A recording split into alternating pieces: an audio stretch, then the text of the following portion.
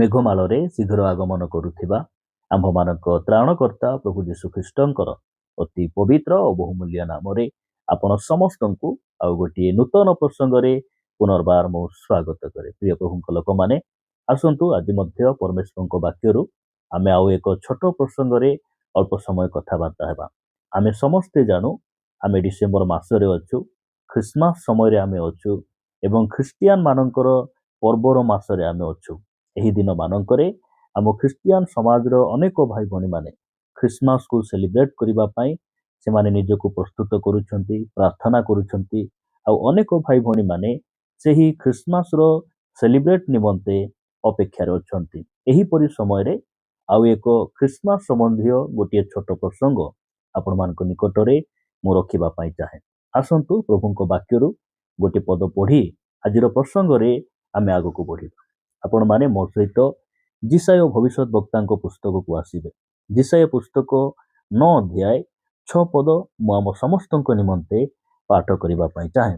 ଏହି ସ୍ଥାନରେ ଏ ପ୍ରକାର ଲେଖାଯାଏ, କାରଣ ଆମ୍ଭମାନଙ୍କ ନିମନ୍ତେ ଏକ ବାଳକ ଜନ୍ମି ଅଛନ୍ତି, ଆମ୍ଭମାନଙ୍କୁ ଏକ ପୁତ୍ର ଦତ୍ତ ହୋଇଅଛନ୍ତି ଓ ତାହାଙ୍କ ସ୍କନ୍ଧରେ କର୍ତ୍ତୃତ୍ୱ ଭାର ଥୁଆଯିବ।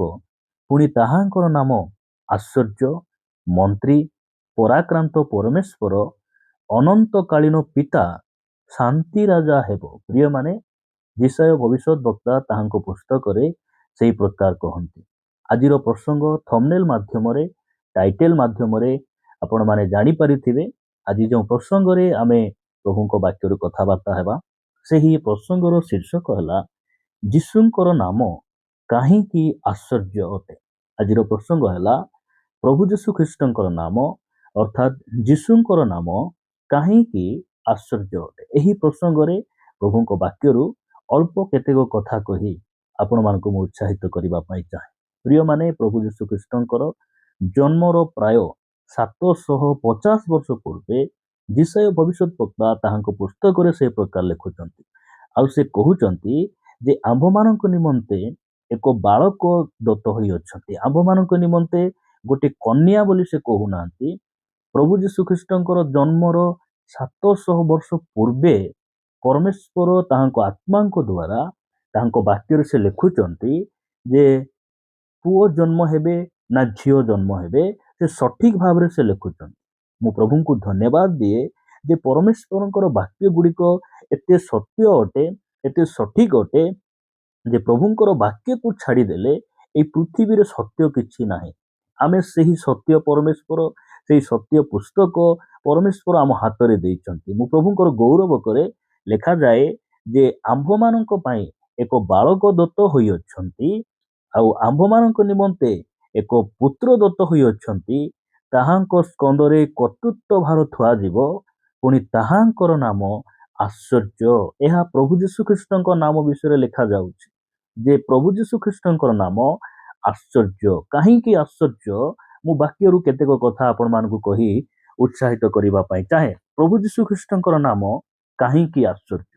ଏହି ପୃଥିବୀରେ ଅନେକ ପ୍ରକାର ନାମ ଲୋକମାନଙ୍କର ରହିଛି, ଯାହାକି ଶୁଣିଲେ ଆମକୁ ଆଶ୍ଚର୍ଯ୍ୟ ଲାଗେ, କିନ୍ତୁ ସେମାନଙ୍କର କାମ ଗୁଡ଼ିକ ମଧ୍ୟ ଶୁଣିଲେ ଆମକୁ ଆହୁରି ଆଶ୍ଚର୍ଯ୍ୟ ଲାଗେ, ଦୁଃଖ ଲାଗେ ଯେ ଏହି ଭାଇଙ୍କର ନାମ ଏତେ ସୁନ୍ଦର, କିନ୍ତୁ ତାହାଙ୍କର ଜୀବନଶୈଳୀ କାହିଁକି ଏତେ ଖରାପ।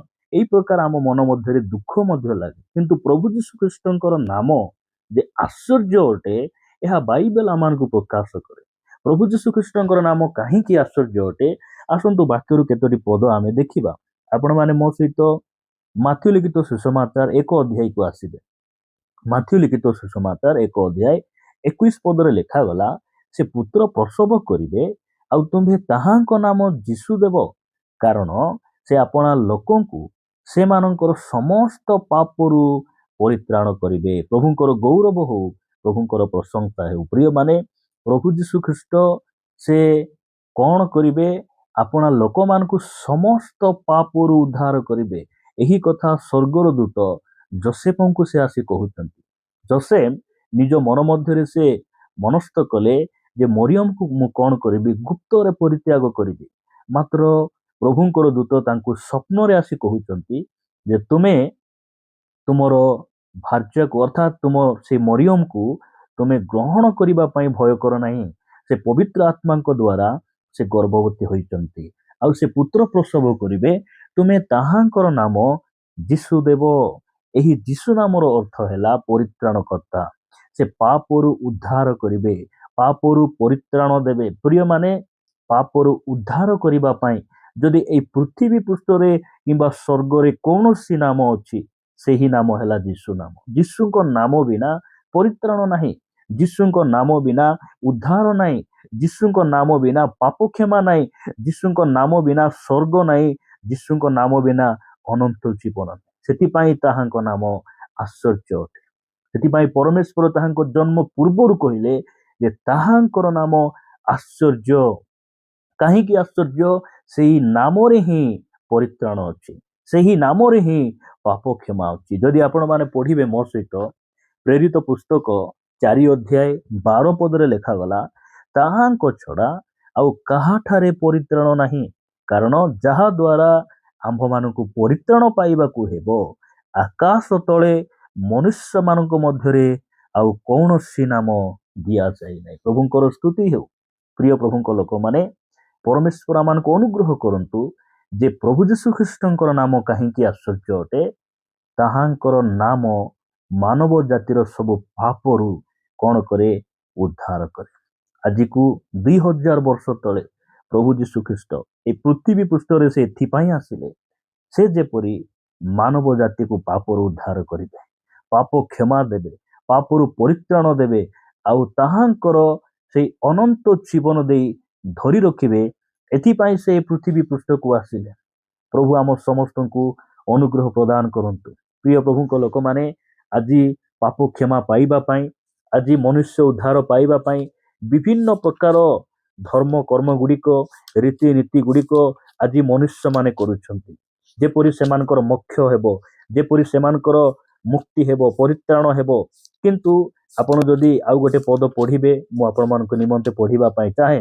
ଜିରିମିୟ 2 ଅଧ୍ୟାୟ 22 ପଦରେ ଲେଖାଯାଉଛି, ପ୍ରଭୁ ସଦାପ୍ରଭୁ କହନ୍ତି, ଯଦ୍ୟପି ତୁମ୍ଭେ ଆପଣାକୁ ସଡ଼ାରେ ଧୌତ କର ଓ ବହୁତ ସାବୁନ ଲଗାଅ, ତଥାପି ଆମ୍ଭ ଦୃଷ୍ଟିରେ ତୁମ୍ଭ ଅଧର୍ମ ଚିହ୍ନିତ ହୋଇ ରହିବ। ପ୍ରିୟମାନେ, ପ୍ରଭୁଙ୍କର ଗୌରବ ହଉ।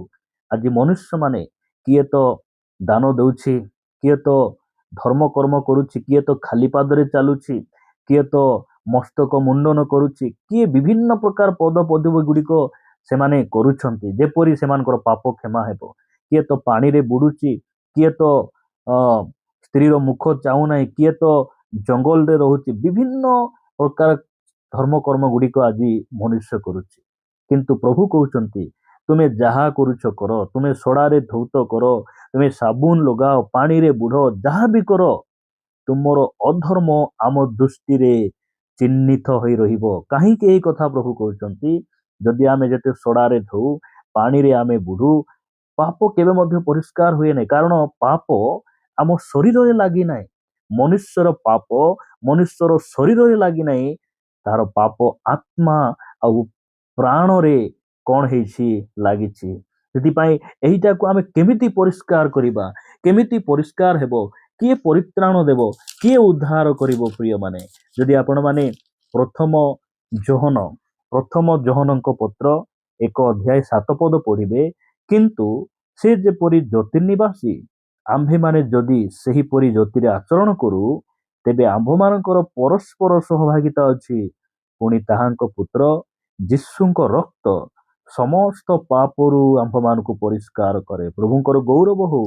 ପ୍ରଭୁ ଯୀଶୁ ଖ୍ରୀଷ୍ଟଙ୍କର ରକ୍ତ ହିଁ ମନୁଷ୍ୟର ପାପକୁ ଧୋଇ ଦିଏ, ପରିଷ୍କାର କରେ। ଦୁନିଆର ଯେତେ ସବୁ ଦେବାଦେବୀ, ମହାପୁରୁଷ, ଗୁରୁ ଯେତେ ସବୁ ଆସିଲେ, ସେମାନେ ଲୋକଙ୍କର ରକ୍ତକୁ ମାଗିଲେ, ମାତ୍ର ପ୍ରଭୁ ଯୀଶୁ ଖ୍ରୀଷ୍ଟ ସେ କାହାର ରକ୍ତକୁ ମାଗିଲେ ନାହିଁ। ସେ ନିଜର ରକ୍ତକୁ ଝରାଇ ମାନବ ଜାତିର ପରିତ୍ରାଣକୁ ସେ ସାଧନ କଲେ, ସେହି ପରିତ୍ରାଣର କାର୍ଯ୍ୟକୁ ସେ ସମାପ୍ତ କଲେ। ପ୍ରିୟମାନେ, ପ୍ରଭୁଙ୍କର ଗୌରବ ହଉ। ପ୍ରଭୁ ଯୀଶୁ ଖ୍ରୀଷ୍ଟଙ୍କର ନାମ ଏଥିପାଇଁ ଆଶ୍ଚର୍ଯ୍ୟ ଅଟେ, ତାହାଙ୍କ ନାମରେ ପରିତ୍ରାଣ ରହିଛି, ତାହାଙ୍କ ନାମରେ ପାପ କ୍ଷମା ରହିଛି, ତାହାଙ୍କ ନାମରେ ସ୍ୱର୍ଗର କବାଟ ଖୋଲା ରହିଛି, ତାହାଙ୍କ ନାମରେ ସୁସ୍ଥତା ରହିଛି, ଆଉ ତାହାଙ୍କ ନାମରେ ଭୂତମାନେ ତରହର ହୁଅନ୍ତି। ପ୍ରଭୁଙ୍କର ଗୌରବ ହଉ। ପ୍ରିୟମାନେ, ପ୍ରଭୁ ଯୀଶୁ ଖ୍ରୀଷ୍ଟଙ୍କର ନାମ କାହିଁକି ଆଶ୍ଚର୍ଯ୍ୟ ଅଟେ। ପରମେଶ୍ୱର ତାହାଙ୍କ ବାକ୍ୟ ଦ୍ୱାରା ସେ ଆମମାନଙ୍କୁ ବୁଝାଇଛନ୍ତି। ଆସନ୍ତୁ ପ୍ରଭୁଙ୍କୁ ପଦେ ଧନ୍ୟବାଦ ଦେବା। ପ୍ରେମିକ ସ୍ୱର୍ଗୀୟ ପିତା, ଆମେ ତୁମକୁ ଧନ୍ୟବାଦ ଦେଉଛୁ। ତୁମ ପୁତ୍ରଙ୍କର ନାମ କାହିଁକି ଆଶ୍ଚର୍ଯ୍ୟ ଅଟେ, ଆଜି ତୁମ ବାକ୍ୟ ଦ୍ୱାରା ଆମମାନଙ୍କୁ ପ୍ରାଞ୍ଜଳ ଭାବରେ କହିଛ। ପିତା, ଆମେ ତୁମକୁ ହୃଦୟ ସହିତ ଧନ୍ୟବାଦ ଦେଉଛୁ। ବାପା, ସେଇ ନାମ ତୁମେ ଆମକୁ ଜାଣିବା ପାଇଁ ଦେଲ। ସେ ନାମରେ ବିଶ୍ୱାସ କରି ପ୍ରଭୁ ଉଦ୍ଧାର ପାଇବା ପାଇଁ, ପରିତ୍ରାଣ ପାଇବା ପାଇଁ ତୁମେ ଆମମାନଙ୍କୁ ପ୍ରଭୁ ଅନୁଗ୍ରହ ପ୍ରଦାନ କରିଛ। ସେଥିପାଇଁ ଧନ୍ୟବାଦ ଦେଉଛୁ। ପିତା, ଆଜି ଯାଏଁ ଯେଉଁ ଭାଇ ଭଉଣୀମାନେ ତୁମର ନାମକୁ ବୁଝି ନାହାନ୍ତି, ତୁମ ନାମ ଉପରେ ବିଶ୍ୱାସ କରିନାହାନ୍ତି, ସେମାନଙ୍କୁ ମଧ୍ୟ ତୁମେ ଅନୁଗ୍ରହ ପ୍ରଦାନ କର। ରାଜା, ସେମାନେ ଯେପରି ବିଶ୍ୱାସ କରି ପରିତ୍ରାଣ ପାଇବେ, ଉଦ୍ଧାର ପାଇବେ, ରାଜା ତୁମ ରାଜ୍ୟ ନିମନ୍ତେ ସେମାନେ ପ୍ରସ୍ତୁତ ହେବେ, ଦୟାକର। ପ୍ରାର୍ଥନା ପ୍ରିୟ ପ୍ରଭୁ ଯୀଶୁଙ୍କ ନାମ